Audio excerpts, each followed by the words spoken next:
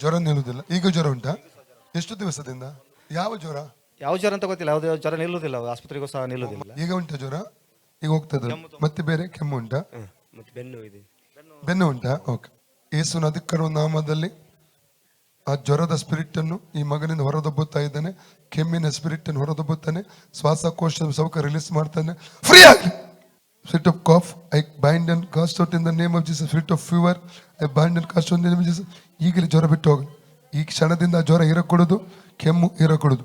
ನಜರೇತಿನ ಹೆಸರು ಅಪ್ಪಣೆಗೊಳ್ಳುತ್ತೇನೆ. ಇನ್ನು ನಿಮ್ಮ ಲೂಕ 10 ತಮ್ಮ ಹಾವುಗಳನ್ನು ಚೇಳುಗಳನ್ನು ವೈರಸ್ ಸಮಸ್ತ ಬರು ತೊಳೆದಿಗೆ ಅಧಿಕಾರವನ್ನು ಕೊಟ್ಟಿದ್ದಾನೆ. ಅದನ್ನು ಅದಕ್ಕೆ ಕೇಳಿ ಮಾಡಿಸೋದು ಫ್ರೀ ಆಗಲಿ. ಸುನಾಮದಲ್ಲಿ ಜ್ವರ ಇರಕೂಡದು, ಕ್ಷಣದಿಂದ ಇರಕೂಡದು, ಕೆಮ್ಮುಗಳು ಇರಕೂಡದು. ಫ್ರೀ ಆಗಲಿ. ಯೇಸುವಿನ ಅಧಿಕಾರ ನಾಮದಲ್ಲಿ ಬೆನ್ನಿನ ಹೋಗಿ ಗದಸ್ತನೆ.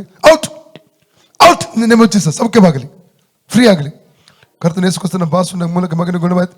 ಕರ್ತನ ಯೇಸುಕ್ರಿಸ್ತನ ಬಾಸುನ ಮಗನ ಗುಣವಾಯ್ತು. ಕರ್ತನ ಯೇಸುಕ್ರಿಸ್ತನ ಬಾಸುನ ಮೂಲಕ ಮಗನ ಗುಣವಾಯ್ತು. Free in the name of Jesus. ಈಗ ನೋಡಿ ಬೆನ್ನು ಉಂಟು, ಹೋಯ್ತಾ?